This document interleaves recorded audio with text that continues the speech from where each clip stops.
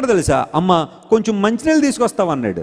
సరే అని వెళ్తున్నప్పుడు, అమ్మ ఒక అప్పాన్ని కూడా పట్టుకొస్తావా అన్నాడు. పెద్ద పరీక్ష ఏం కాకపోవచ్చు, ఒక అప్పము. కానీ దేవుడు సారెపతి విధవరాలు యొక్క విశ్వాసాన్ని అక్కడే ఆయన పరీక్షించాడు. కొన్నిసార్లు డోంట్ ఎక్స్పెక్ట్ గొప్ప గొప్ప పరీక్షలు వస్తాయని, చిన్న చిన్న వాటిలో దేవుడు పరీక్షిస్తాడు. నీ ధనం నీ చేతికి ఇవ్వబడుతున్నప్పుడు మొదట చిన్న చిన్నగానే దేవుడు నిన్ను పరీక్షిస్తాడు.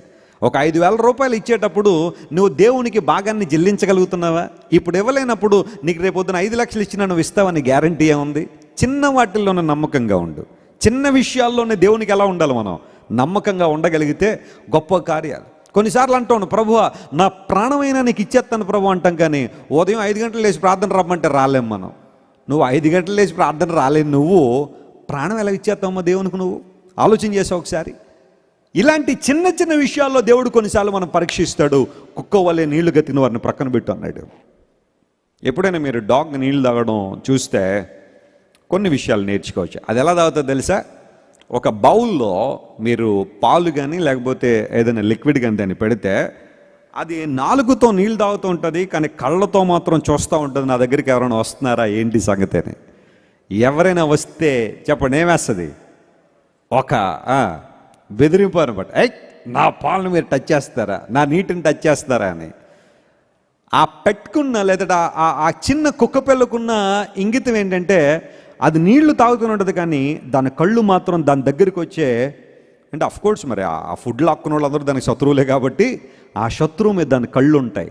నీళ్లు తాగుతూ ఉంటుంది, కానీ దాని కళ్ళు మాత్రం శత్రువు మీద ఉంటాయి. గమనించండి పిల్లారా, దేవుడు కొన్నిసార్లు మనల్ని పరీక్షించే విధానం ఎలా ఉంటుందంటే, మనం ఏ పని చేసుకుంటున్నా సరే జాగ్రత్తగా ఉంటున్నామా లేదా, అజాగ్రత్తతో ఉంటున్నామా లేదా జాగ్రత్తగా ఉంటున్నామో దేవుడు పరీక్ష చేస్తాడు మనల్ని. అంత మాత్రం కాకుండా కుక్క విశ్వాసానికి సాదృశ్యం. బైబిల్లో 2 ప్రాముఖ్యమైన విషయాలు చెబుతాం ఉంది కుక్క గురించి, కానీ ఎక్కువగా మనం కుక్క గురించి విశ్వాసం గురించి మాట్లాడుకుంటాంట. ఒక ఆయన కుక్కను అమ్ముతున్నాడట. సార్ నాకు కుక్క కొనుక్కోండి సార్, చాలా విశ్వాసం కలిగింది అన్నాడట. ఎలా చెప్పగలవంటే, ఎప్పటికి 10 సార్లు అమ్మేసానండి, మా ఇంటికి వచ్చిందండి మళ్ళీ అన్నాడట. అంత విశ్వాసం ఉంది. ఎదుటోడు కొనుక్కుంటాడు దాన్ని, 11వ మళ్ళీ రాదని గ్యారంటీ ఉంది. 10 సార్లు అమ్మానండి మళ్ళీ నా ఇంటికి వచ్చేసిందంటే అది ఎంత విశ్వాసం చూడండి ఓనర్ గారి పట్ల. కుక్క విశ్వాసానికి సాదృశ్యం. ఇప్పుడు దేవుడు అన్నాడు, అలా ఎవరైతే తాము నీళ్లు త్రాగడానికి మాత్రమే కాదు బ్రతుకుతుంది, శత్రువు మా దగ్గరికి ఎంత దూరంలో ఉన్నాడు, లేదా శత్రువు యొక్క ఆలోచనలు ఏంటి, వాడి పన్నాగాలు ఏంటి, వారి ఉద్దేశాలు ఏంటి, వారి యొక్క విపత్కర పరిస్థితులను అంచనా వేయగలిగే సామర్థ్యం ఉండేవాళ్ళు నాకు కావాలి. ఈ లోకంలో నువ్వు ఏ పని చేస్తున్నప్పటికీ కూడా, ఏ ఉద్దేశం